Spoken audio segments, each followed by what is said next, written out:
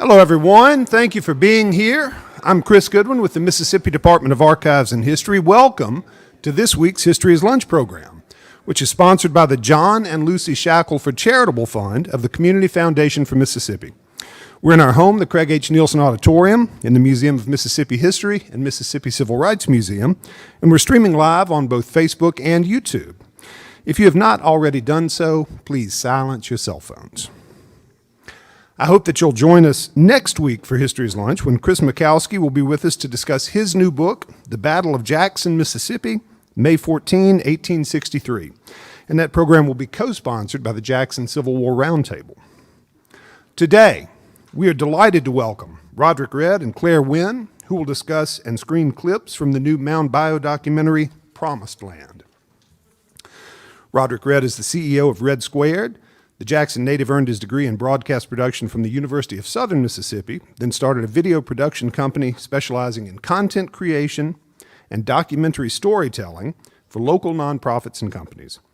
Red directed the film The Defenders, a documentary about the attorneys who took part in the Mississippi Civil Rights Movement, and has directed and produced projects for NBC, the Mississippi Department of Health, the Atlanta History Center, Entergy, and others.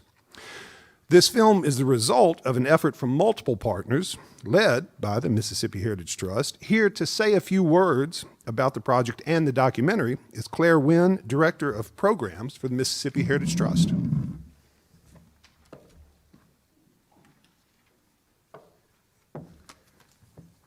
Hello, everyone. Thank you for being here.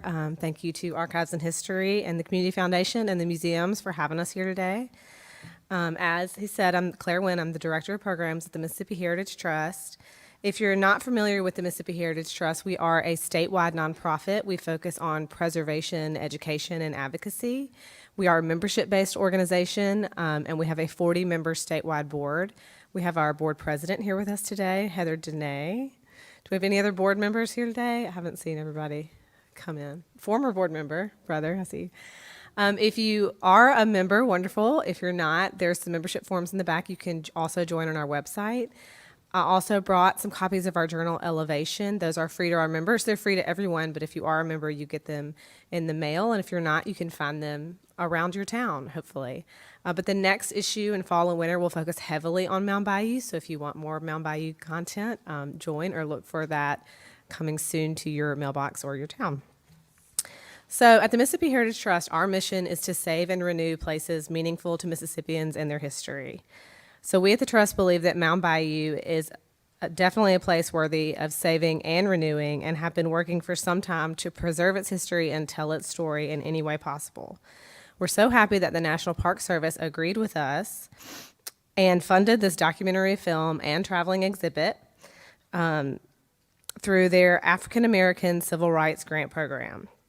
We're also so thankful for our partners, Roderick and all the team at Red Squared, Heidi Barnett and Flynn Design, who worked on this incredible exhibit over here, and then also Amanda Wells and the Tell Agency for all their work on this project as well.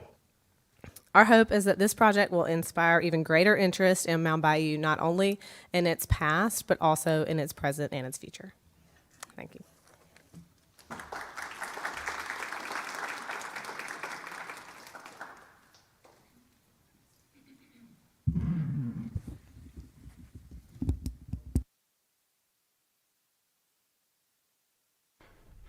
Can you guys hear me? Fantastic. This is a cool little mic here. So like Chris said, I'm Roderick. I'm so glad you guys came out this lunchtime. I'm not going to be before you guys long. We've got a couple of clips from this documentary. The documentary is called Promised Land, a story about MOUND BAYOU. We had a great time making this documentary, and learning so much about MOUND BAYOU is so important to be able to preserve and hear the stories about these towns in Mississippi, but particularly MOUND BAYOU, because it's arguably one of the oldest black towns in the country, and a lot of people don't know about it, including people in our state. And I was honored to be able to kind of help shape and mold the story and learn from people like Dr. Matthew Holden, who plays a big part in this documentary, and a plethora of other MOUND BAYOU residents and historians. So we've just got a couple of clips today from the documentary. They primarily focus on, one, the founder, Isaiah T. Montgomery, The other clip is about civil rights, the Mountain Bayou and its role during the civil rights movement. And then the last clip is about the history of the Taborian Hospital. And so without further ado, start the clips. And after each clip, I'll get up and field questions and talk about each one of those in the area too. So hope you guys enjoy.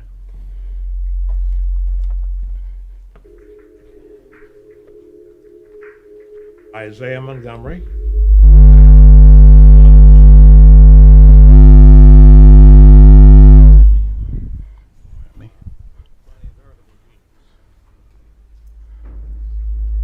My early memories and how I learned about my family was through the family reunions. And we would have these family reunions and they would take all of the children and put them in a circle. Isaiah Montgomery was a very complicated man,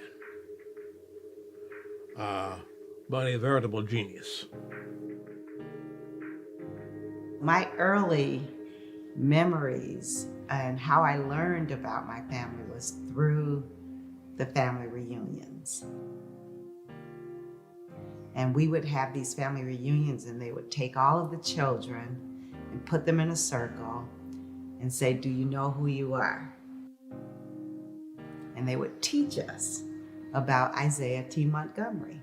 And they would tell us, "You are from greatness. Your people are leaders. Your people are extremely smart. And you all should understand who you are, who he was, and you should live into your greatness." Every year they would tell us at these family reunions about this man named Isaiah T. Montgomery.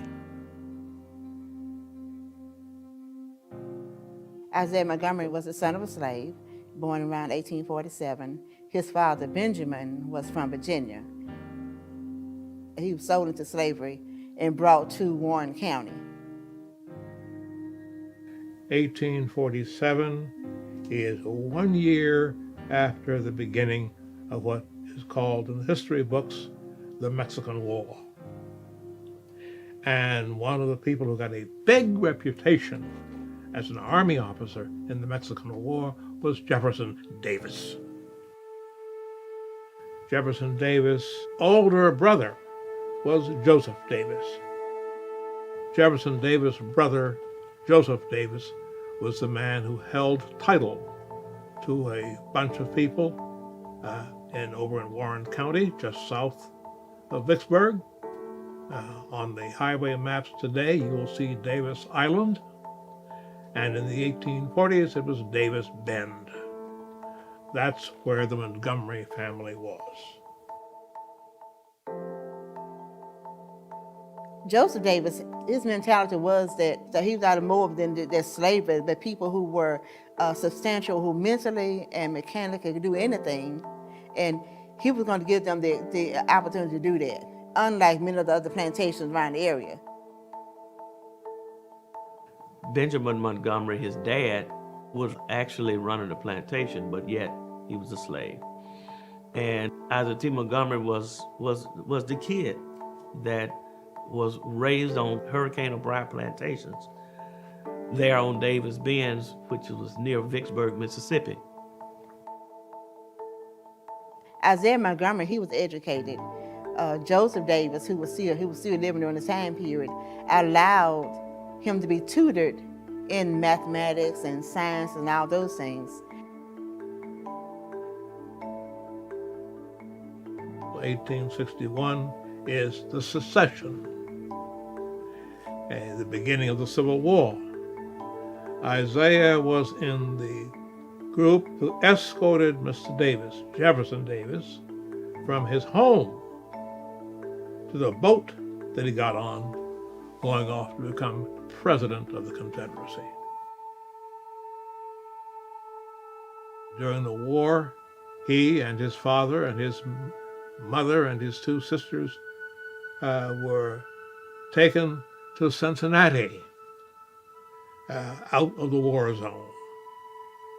And right after the war, they went back to the exact place where they were.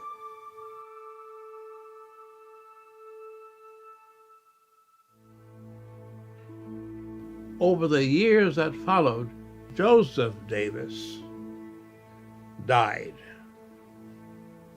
And the Montgomery brothers and their father had bought the Davis plantation. Benjamin, his father, died in around 1879. So now Isaiah's taking over, even though he has two other brothers. He's still the main character in all this.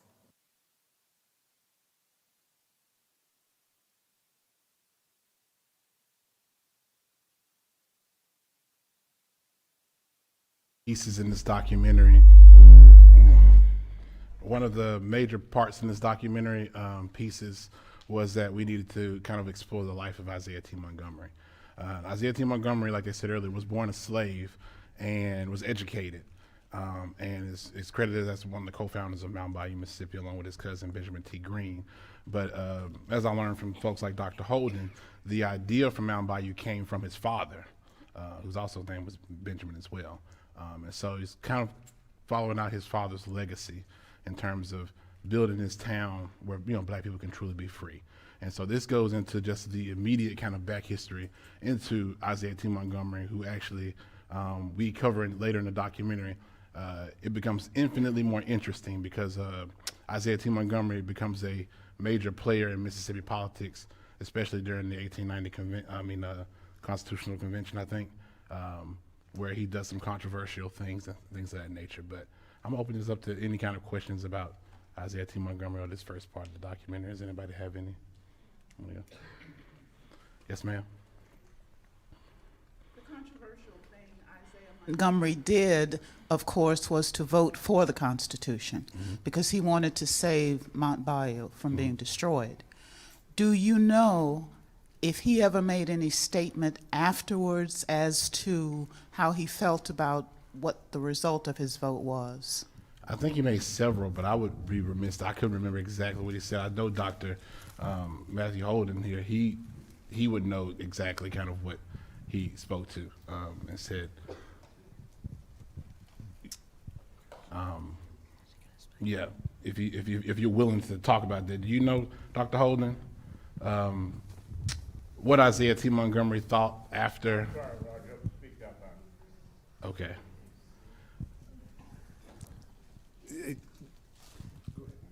So Doctor, can you hear me, Dr. Holden? I hear you now. Yeah, fantastic. She asked a question about what did Isaiah T. Montgomery say after he voted for the 1890 Constitution to be ratified in Mississippi? When he saw the result of the vote, what did Isaiah T. Montgomery think about that? Basically, about 20 years later, he said that the way it worked, it was badly administered. There's a lot more, but that's the short answer.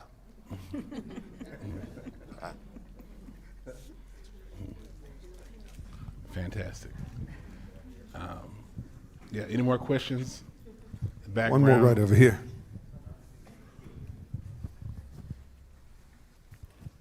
You said that he went to Cincinnati during the war. Is that right? Did I hear that part? Yeah. All right. Is he slave or free when they go to Cincinnati? I think they were still slaves, but they were property, and so the Davises were aiming to protect their property. So they went with some of the Davis family to Cincinnati. I believe so. So, is that right? Dr. Holden said no, that's not correct. He's coming back to you. Hold on, Doc. I'll bring you the mic. That's not quite right. That's not quite right. I suppose that technically they were free. It was the Union had taken over the Davis plantations, and it was under the direction of the commander of the United States Navy, who said to them, "You should go to Cincinnati until this is all over." And they were there for a year and a half, 2 years. That's everything is complicated, but that's the short answer. I'm gonna just let Dr. Holden answer all the questions on the history because he knows it much better than I do. Anybody else? Yeah. All right. Yeah. So next clip, I think this one's about Mound Bayou's role during the Civil Rights Movement. Mound Bayou played a significant role during the Civil Rights Movement during that time. They had peaks and valleys in this area, but yeah, let's learn about that briefly. Well, yeah, that one right there. Well, actually, we want to go to E. Let's go to E. E is history of Taborian Hospital. The 12 Knights and Daughters of Tabor. It's a fraternal organization of freed men. They sold insurance policies to people. With the Knights and Daughters of Tabor, it was not just in Mound Bayou. It was an international organization. You know, they had people, members of that group, outside of Mound Bayou. So this was just the headquarters. Sir P.M. Smith was the chief grand mentor of the Knights and Daughters of Tabor, and he was the initiator of the idea of the hospital through his organization. Taborian Hospital, it was the main hospital for this area. When I say area, at least for within a 100-mile radius, where a lot of black people, and really only black people, would come for health care, where they were sick. It was either emergency, where people would come in, a lot of delivery, labor and delivery. That was just the place to go, to the Taborian Hospital.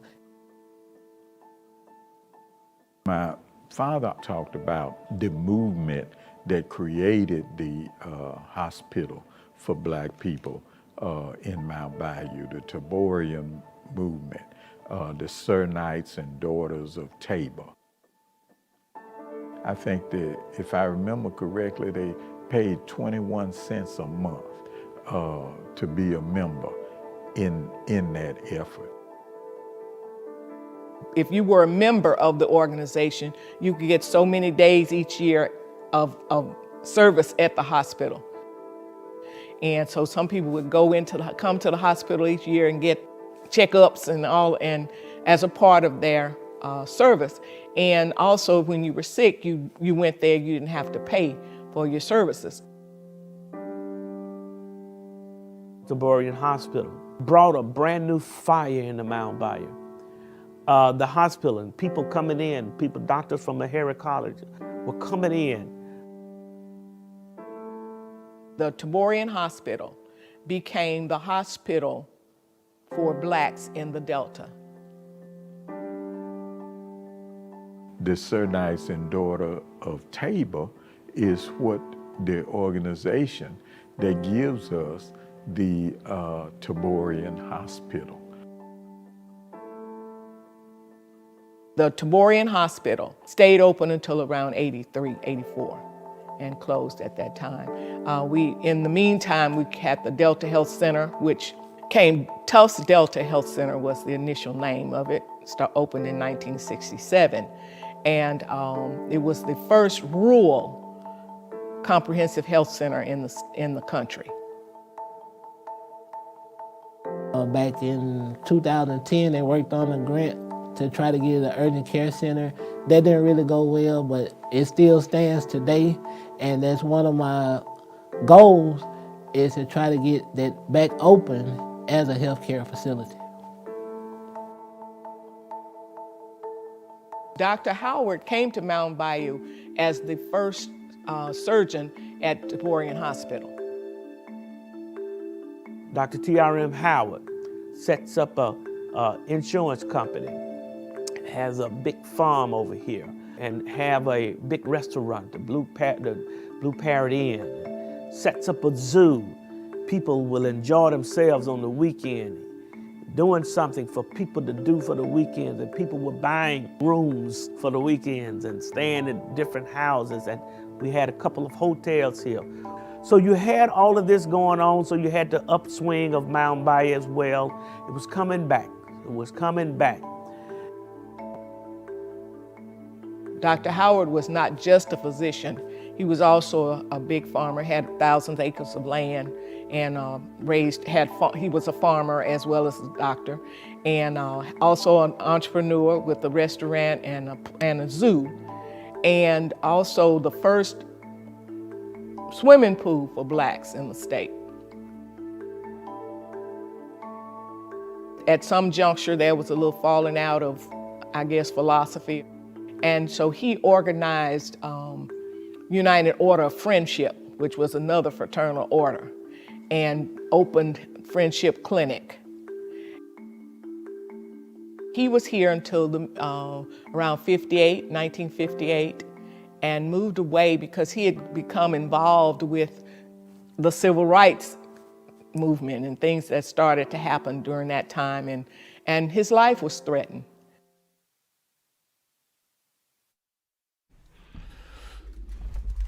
All right. So the Taborian Hospital was an integral part of Mound Bayou's history. I think it was the only hospital, it was one of the only hospitals in the state for blacks, and I know the only one in the Mississippi Delta. Played a huge role in the economy of the city during its time, and but this is one of the big reasons why Mound Bayou was successful. We'll had such success during those time periods. Being able to have access to a medical facility, obviously in your own place, and being that place, that magnet that drew people there, was huge during that time for a place like Mound Bayou. Places like Mound Bayou is such an unusual city, especially when you talk about how it started and where it started, being in Mississippi, being that a town founded by ex-slaves, and being able to even still exist today, even in this limited capacity, it's still around. There was so many different nuggets of interesting pieces of history that we got to dive into as we create this documentary. But I want to open this up to you guys. What do you guys think about Mound Bayou? Questions about the Taborian Hospital? Me and Dr. Holden can help you answer them if you want to. Yes, ma'am.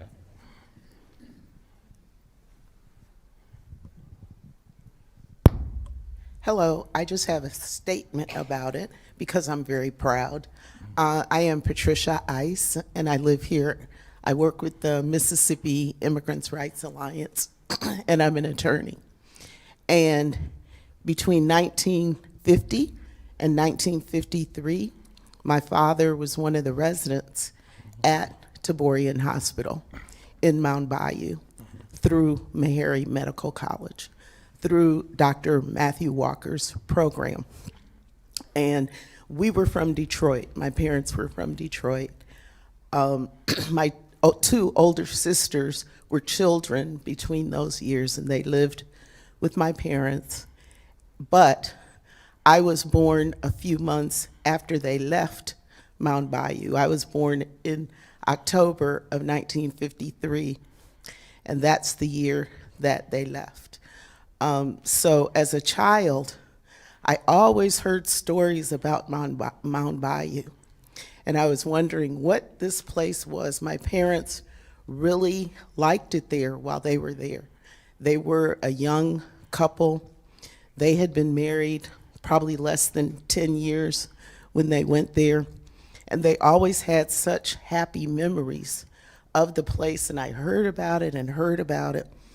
So finally, in 1966, when my sister graduated from Fisk University in Nashville, my parents told us we were going to go to visit. So that's the first time I ever visited Mound Bayou, and we stayed with the Holmeses there. If anybody is from there and knows them, those were my parents' very good friends, and they used to play bridge with them, and they were it was Paul. I think the the wife's name was Pauline, and Pauline Holmes, and the husband, what was his name? Preston. And he was the postmaster, right? He was the postmaster. So later, when I moved here in 1998, I was able to visit there again and interact with the Holmeses and see the place where my mother and father told me that I was conceived in MOUND BAYOU at the nurses' residence, which is where the doctors lived. So I always enjoy telling that story. Thank you for that. That's great. Mount Bayou, Mississippi, I don't know if I need a mic, I can talk loud. Mount Bayou, Mississippi has always been an interesting place. I grew up in the area. Actually, I'm from Cleveland, Mississippi, which is a half a hop from Mount Bayou. And we always thought that, well, the people of Mount Bayou, our friends and all, felt that they were so much better than we were living in Cleveland. Yeah, But that's a recurring theme in there. A lot of Mount Bayou. isn't it? Yes. Mount Bayou when I grew up, it was very, very much flourishing. And Dr. Howard was there. I do remember him and some more folks, because I'm of age now and I can remember a whole lot of stuff. But it has always been an interesting little city or town, as we called it there. And it still is. It's growing now. And I promised myself the next time I go back to the Delta, instead of going around behind it, I'm going to go through Mount Bayou just to say hello. All right. What about Dr. Laurie that took over the hospital and the clinic? And his wife still lives there, Dr. Laurie. So I don't know a lot about Dr. Laurie. Okay. Dr. Laurie He took over the hospital. He took over the hospital? It's in there. Dr. Laurie. He's in the historical museum. Fantastic. It's downstairs. There's a record of him. Fantastic. Yeah, this was. Mrs. Pauline Holmes too. Yeah. Actually, she talked about Yeah, like I love to hear all these stories. These are great stories. His name was Dr. Larry. Larry. And he was one of the surgeons at the hospital here. I remember here. Mm-hmm. The best thing. And incidentally, I was reared in MOUND BAYOU. The best thing about working on this documentary is when you get to talk to a lot of the residents and former residents and people of MOUND BAYOU. There's so many stories and history. But one of the things you did pointed out is that how proud native MOUND BAYOuans are of their history.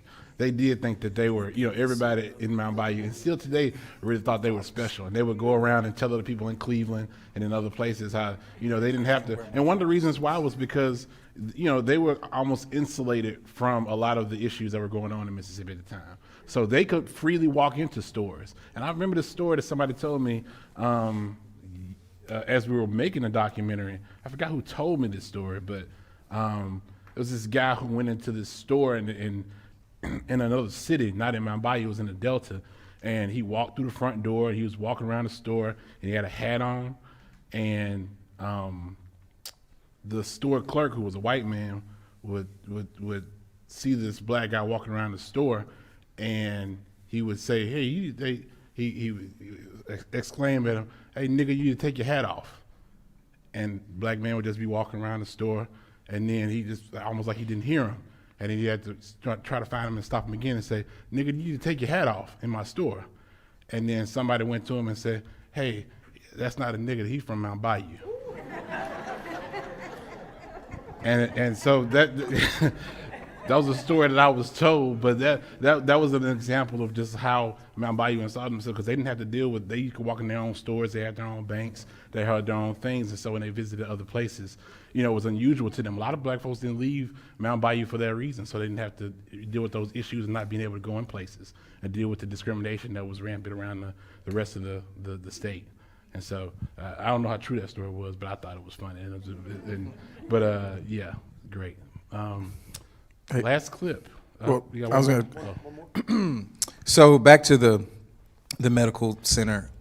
You brought up the connection between Meharry, but I heard, I'm not sure if it's true, but there was also a connection to Brown Medical School, and that there was a pipeline or something. Somebody said, yeah. With doctors coming from Brown to Mount Bayou. So I knew the connection with Meharry, and I knew there was a couple of other universities. Brown could have been one of them. I'm not entirely sure, but I do know there was a couple of medical colleges where a lot of Tufts Medical. There was a lot of them, so it was about 3 or 4 of them, I think. But I'm not sure the other ones. But I know they had a special connection with Meharry Medical College.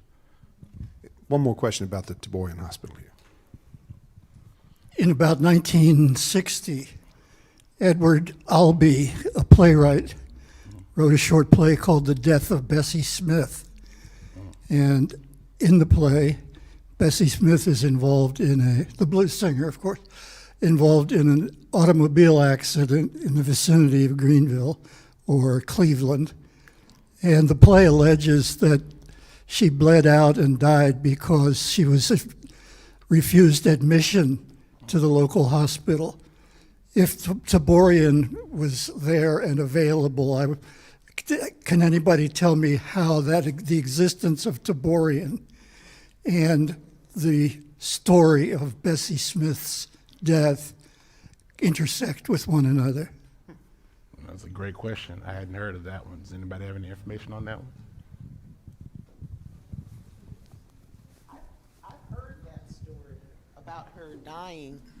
I heard that story about her dying, but I don't know anything about the connection with Mound Bayou. I believe that that the hospital didn't exist then, or that she was too far away from it to go there.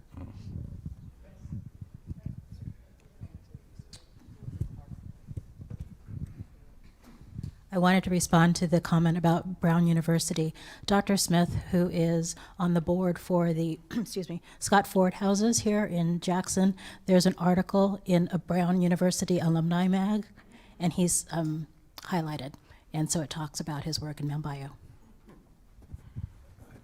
Just quickly on that line, also, Dr. Aaron Shirley was quite active, very active in trying to revive the Taborian Hospital. I know I came back, when I was in Massachusetts, came back to help Dr. Shirley set up some area health education centers.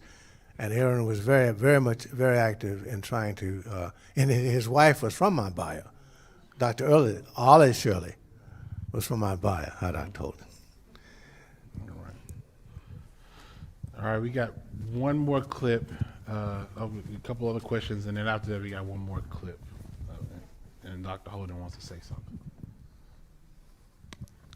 Tim Lampkin from Clarksdale, Mississippi. Thanks so much, Roderick, for all the work that you're doing. Happy to support you, brother. Bessie Smith actually passed away in Clarksdale at a hospital because she was refused treatment at the predominantly white hospital. And so now that particular facility is called the Riverside Hotel, which a lot of blues singers and other historical figures have visited. I do have a question, though, because you talked about the banks and the restaurants and all the things that existed. In your research and doing this documentary, can you talk a little bit about the economic power that existed in Mound Bayou? Oh, most definitely, yeah. There was 2 points in history, I believe, Mound Bayou was like an economic powerhouse. It was some years after they started, up until the 1930s, when cotton was king in Mississippi. There was a lot of the brand of cotton you can get from Mound Bayou was well renowned, and so Mound Bayou cotton was like just super special. And so during this time, they had a couple cotton gins, and they gin their own cotton. And then this, after the land was cleared and after they built this town from a swamp, these folks owned businesses. They had banks because of the economic impact they were able to have in the state during a time where cotton was needed. All those things sprung up from that time. So banks and stores and corner stores, and that it experienced a flourishing during that time. After cotton took a hit in the 30s, the economy kind of went down a little bit, but it rose back up again with the birth of the Taborian Hospital. And so bringing those medical students there, and then TRM Howard also had an outsized role in, bought up a bunch of land and had farms, and he opened up a bunch of businesses as an entrepreneur.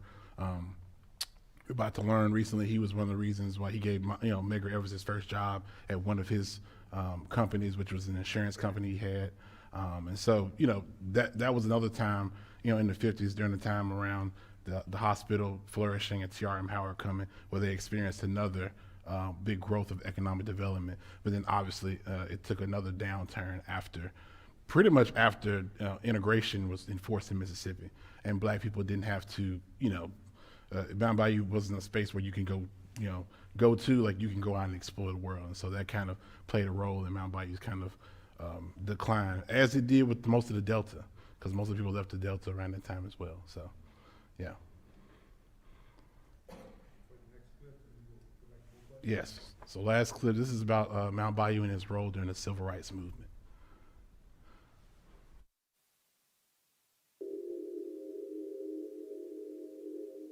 There are three famous names associated with Mound Bayou. The most famous name associated with Mound Bayou is a man who lived there for 2 or 3 years. That's Medgar Evers. I was born in Mound Bayou in the mid-50s, and Dr. T.R.M. Howard was my doctor. My parents, who fell in love at Alcorn A&M College, moved after my father graduated from Alcorn to Mound Bayou. Medgar Evers got a job selling insurance for T.R.M. Howard.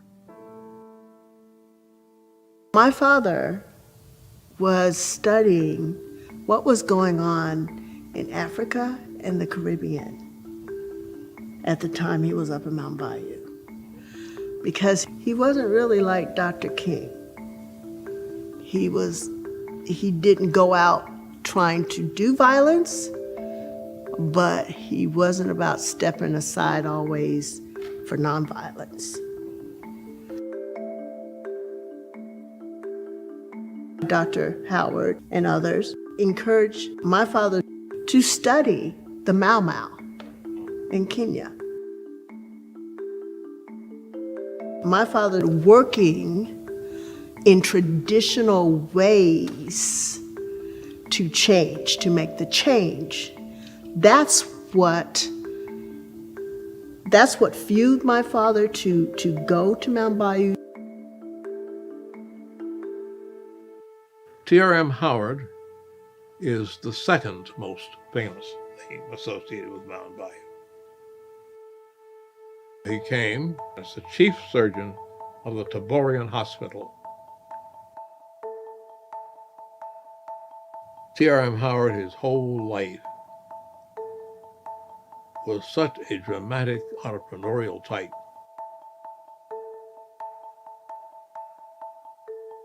But Dr. Howard embraced a younger generation, and that younger generation was my father, Amzie Moore, so many others, right? And pull them in and say, hey, this is what we can do, this is where we can go with the betterment of our people. Dr. Howard started the Regional Council of Negro Leadership. My father was one of the founding members. They went out to educate everyone, but really they went on the plantations to say, we want you to buy insurance to help you, but this is really why we want you to buy insurance, because we want your life to be better. And then you need to understand the other parts of it that need to make your life better, such as understanding how to vote, understanding what the laws are, understanding how you need to maneuver around danger, and what you need to do in order to come together to help each other.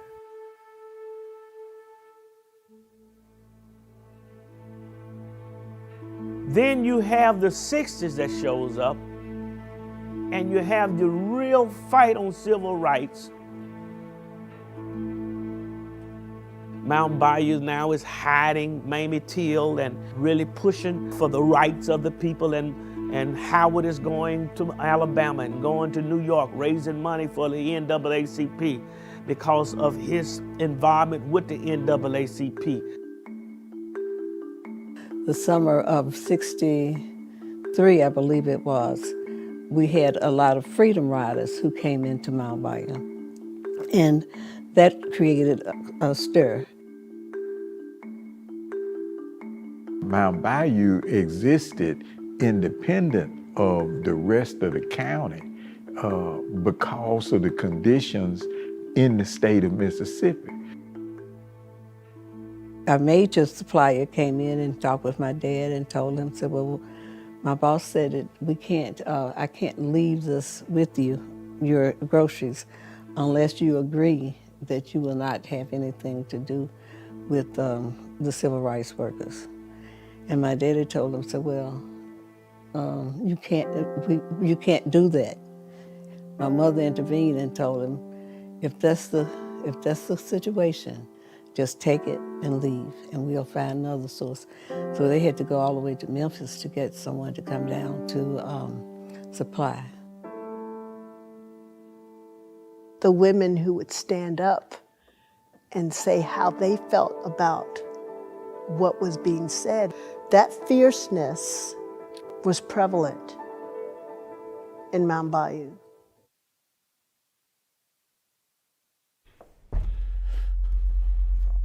Right. So that was Mound Bayou and the civil rights movement in its role in Mound Bayou. So there's a couple of different things they hit on there.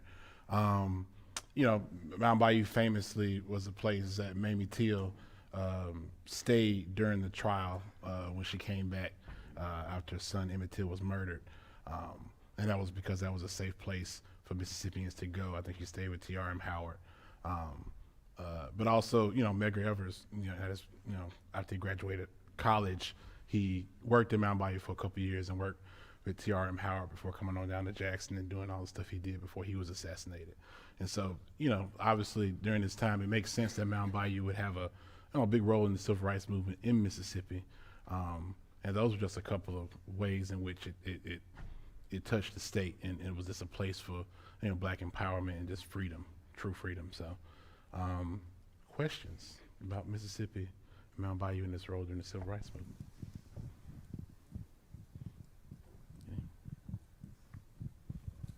Well, there are a couple that have come through the live stream, so let me ask those now.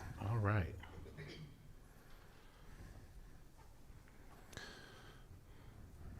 Pardon me while I scroll back up to it. Tom Curson asks, how closely did Benjamin Montgomery follow the work of Robert Owen? I know Joseph Davis was deeply influenced.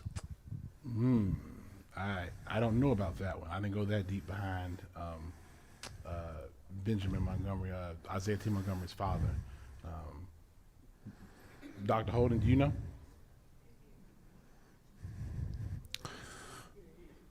Dr. Holden, the question was from Tom Curson, how closely did Benjamin Montgomery follow the work of Robert Owen? He says he knew that Joseph Davis was deeply influenced by his philosophies. Sure.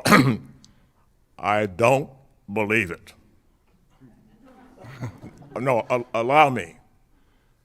There are stories, and there are stories, and there are histories. There's a tremendous amount of myth in the whole world, including the myth, which maybe has some validity, of Robert Owen and Joseph Davis. I have never seen, though I have not looked, I have never seen any idea of a connection between Ben Montgomery, of whom we say nothing here, and Robert Owen. The one thing we do know about Ben Montgomery is that he wanted to make money. That is provable. All right. And then Tom had a follow-up question. He said, is it true that Davis Bend experience was considered, Y'all just got to pardon me while I reach for my reading glasses. That's how old I have gotten. Vanity. Vanity. Is it true that Davis Bend experience was considered for Reconstruction planning? I'm not exactly sure. I don't know about that one. I don't think so. Davis Bend was the place where the plantation was. They had a couple plantations, but where they held title to Isaiah T. Montgomery and his family. Now it's floods a lot. It's right off of Vicksburg on the river. So it's very fertile land, especially back in that time where they grew a lot of crops and they owned a lot of the property around there. Now I think it's hunting grounds now. So that's currently what it is now, but I don't know what they plan on doing with it later. And one last one, I know we had sort of touched on this earlier, but Juana Harris asks again about the history of how the Taborian Hospital got its name. It came from the Knights and Daughters of Tabor. So the person who founded it, they went around. The short story is that they went around the state and they engaged potential people to be a part of what they were doing. The Knights and Daughters of Tabor. They raised money. They raised about $100,000, which was used as seed money to be able to build that hospital. And so the Taborian Hospital came from the Knights and Daughters of Tabor. That's where the name came from. When my husband was stationed at the Pentagon, I had access to the Pentagon library. And in that library, I found a book about Mound Bayou and, of course, about Montgomery. This Mississippi girl had to read that book because I had learned in my Mississippi history classes about it. As I read the book, there were letters in that book, copied letters, between Joseph Davis and Isaiah Montgomery. And they discussed the farm, the plantation. In those days, the levees were maintained by the plantation owners. And so Montgomery was asking Joseph Davis advice on how to maintain those levees. And then they discussed the crops. And one that just stuck out in my mind was that Montgomery writes to Joseph Davis that the goldenrod is growing higher than his head. And we see that today, but I guess that might have been unusual. And also how fertile the area was and the crops that they were gathering and how to produce those crops.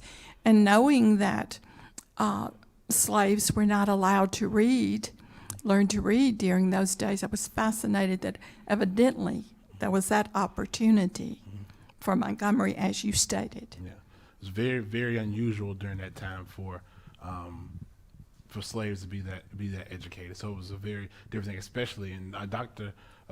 Holden talks about it in the documentary, the full documentary, where he goes into depth, talk about how dangerous it was also for them in Warren County to be as educated as they were, and how people felt about them when they gained access to the land, when they bought the land from them, how the surrounding people around them felt about that. It's very, very interesting times to be doing stuff like that. So, yeah.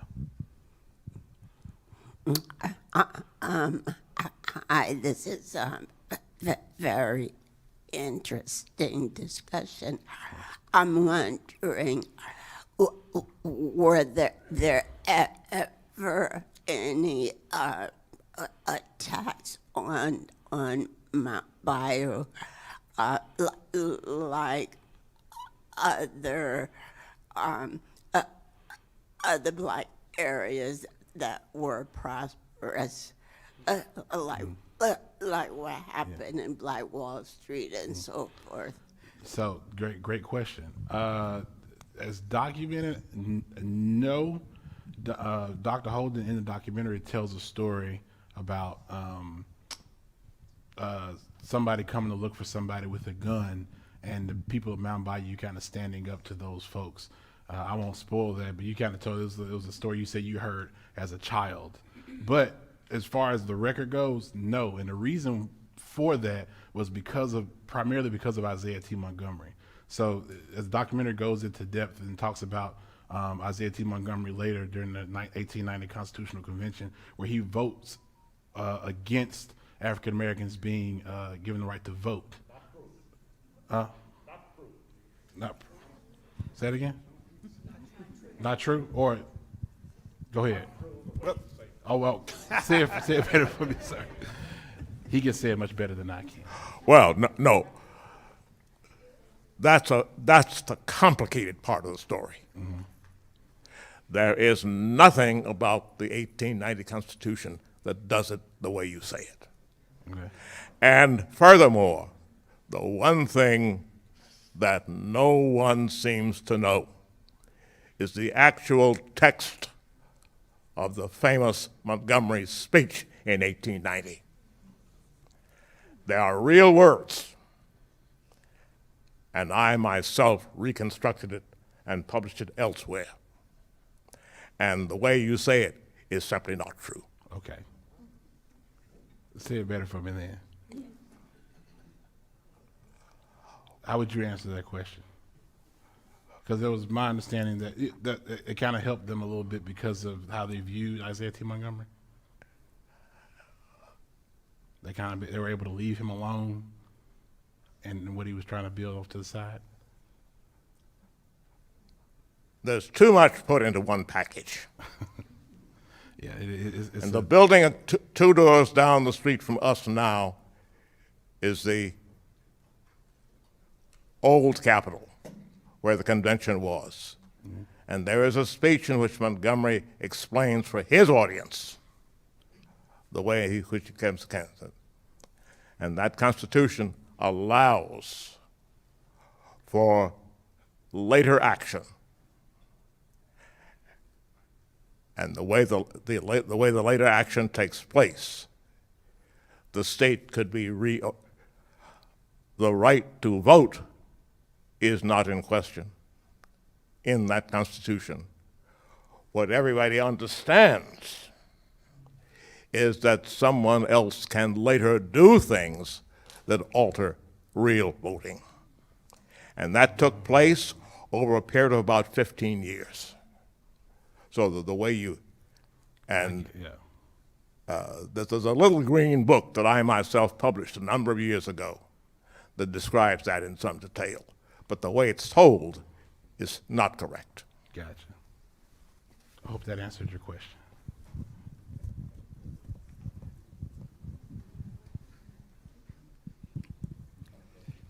My understanding about Davis Bend is that after the fall of Vicksburg, the Union Army had a terrible realization that they had all of these former enslaved people that they had to take care of.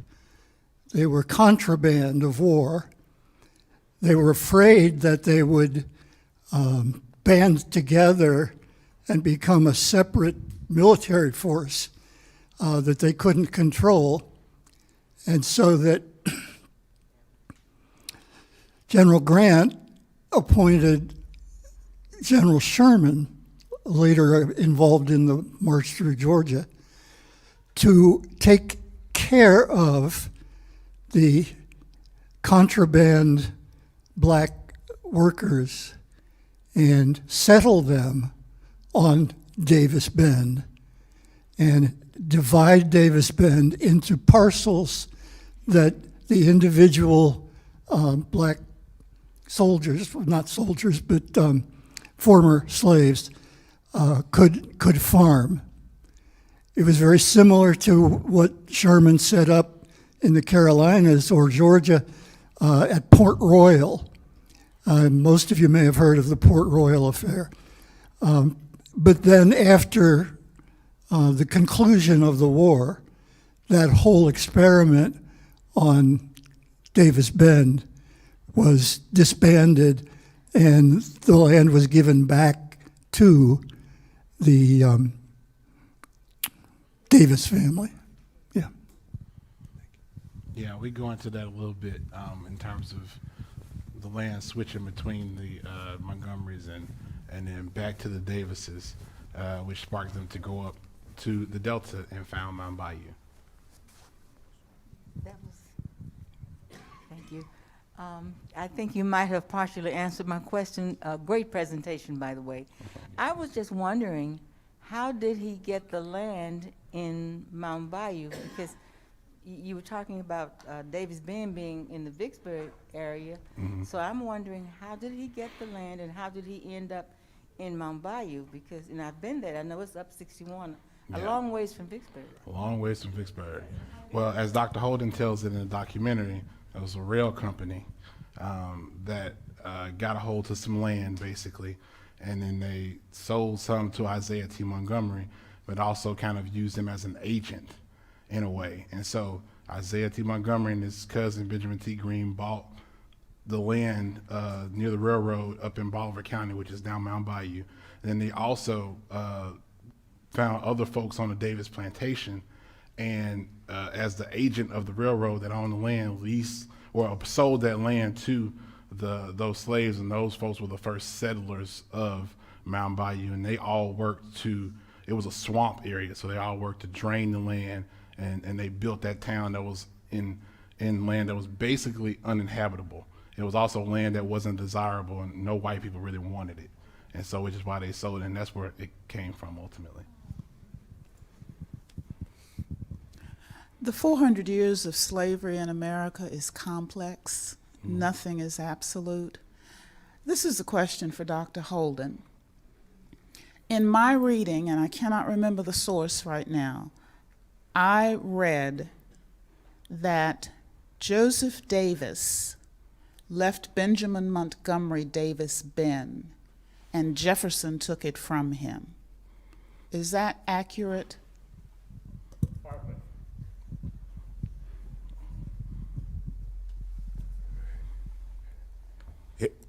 Here is what I know for the documentation you're talking about.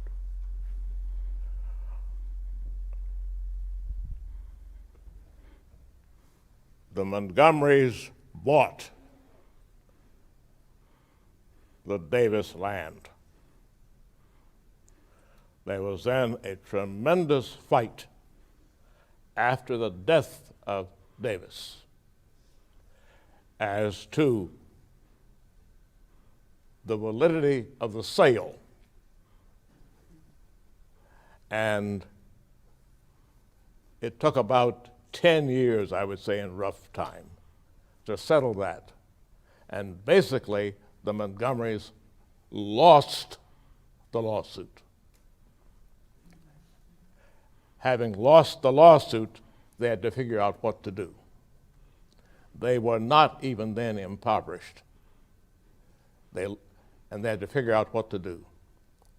And the Montgomery brothers, who knows, there's no documentation on this, decided somehow that one of them would stay and one would go.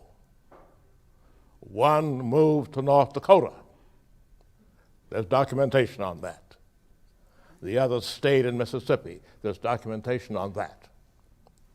And the sale of the land in Bolivar County is a part of the whole sale of land up and down the area between basically Tunica and Vicksburg, because it was almost all empty country, but the railroad company had the land, and they were trying to sell off, and basically they sold a township to Isaiah on the condition that he either sell land to whom he wanted or buy it himself. But after that, the story gets even more complicated.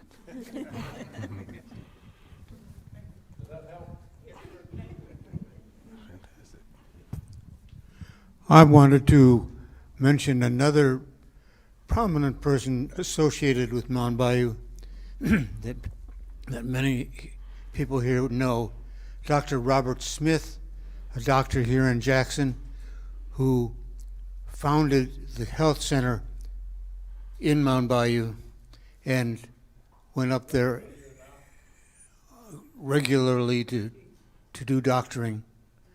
I think it's very important that people like that get recognized. Fantastic.